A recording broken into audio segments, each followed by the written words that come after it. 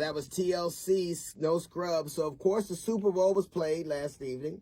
A lot of people come for different reasons. A lot of people come for the Super Bowl commercials. A lot of people come for the halftime performance, and Rihanna was stellar. I can say this, she may be pregnant, but she looked a lot slimmer than 50 Cent did during this halftime show last time. But one of the things that happen invariably is whenever we're dealing with something where two black people are doing anything, was the first time that two black people are doing anything.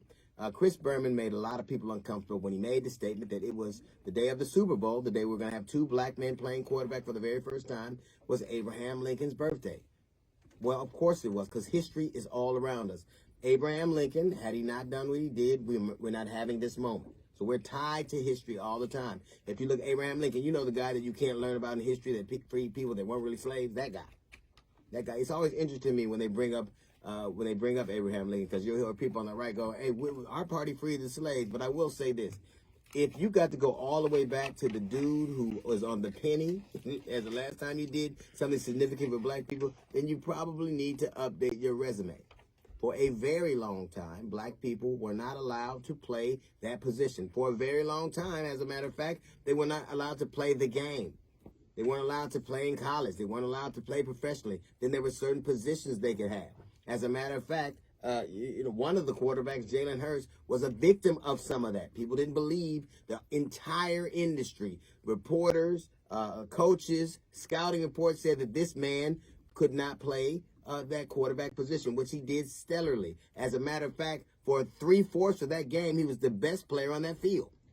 Despite everybody and everything that's said about him, Patrick Mahomes has had things he had to deal with. But anytime it's the first time that something has happened for black people, I don't care if it's the first time two senators who are running for the state of Georgia, who are running for Senate in the state of Georgia. I don't care if it's the first time that somebody is the Speaker of the House, or the first time somebody is president, or the first time somebody gets a job, this black gets a job, or becomes a mayor or a sheriff. Racism is behind it. Almost any time it takes this long for black people to do anything, it is because some people, a lot of people, felt like black people could not, or what they didn't want to see them doing. I don't care if it's a president. I don't care whatever. I'm not, and in football it's particularly different because there are a lot of great quarterbacks who never got to the game.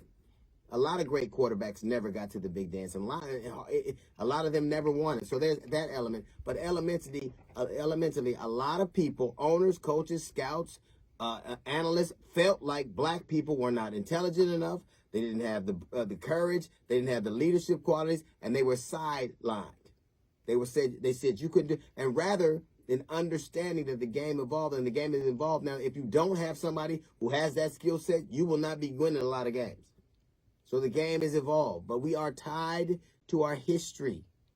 We are tied to the fact that at one point, the color of your skin, you were disinvited for doing certain things. It took this long, this many Super Bowls before that element happened, this many times.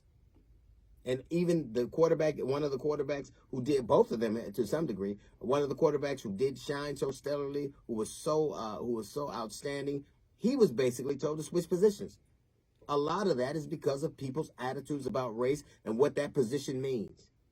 What it means if you're a leadership position, if you're a mayor, if you're a governor, we have the same time we have two black quarterbacks. We had two black people running for the Senate. We have a black governor in Maryland for the first time. Why did it take those things so long?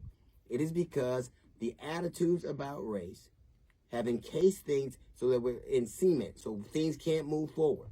And once they do, they start to evolve. But we can't start a game like that. I don't understand why people got so upset that Chris Berman was mentioning something that was so obviously true and historical. It was true. It was Abraham Lincoln's birthday. And true, without that fact, those two men don't happen. And it is true that it took a long time for people's attitudes to change, where they would A, let these men play in that game, and B, watch it. Watch them do it. It's not just the corporate entities. It's the people. It's people that are buying commercials. It's the audience that a lot of them wouldn't watch a game where there were two black people. I don't know what the final numbers would be. It was every bit as entertaining as despite what you think at the end. I have very rarely seen a Super Bowl that lived up to that kind of hype. These two men were the best at their positions all year long, and two men slugged it out, and the game didn't disappoint. Everything you could say about any other Super Bowl, there was bravery, there was courage, there was leadership, there was strength, there was integrity. All of it was there. None of it was missing. If it takes so long for us to make history, if it takes, even now, we're making history, whether we're running, whether it's the state house, whether it's the Congress, whether it's mayors or sheriffs, or in the boardroom, or judges. If any time we are still making history, if it's the first time black people are doing anything, if we are still making history, if we still are forced to make history, it is because we are not learning from history fast enough. That's a little note from the GED section. We got the Jazz Report coming up in 15 minutes. It's the D.L. Hughley Show.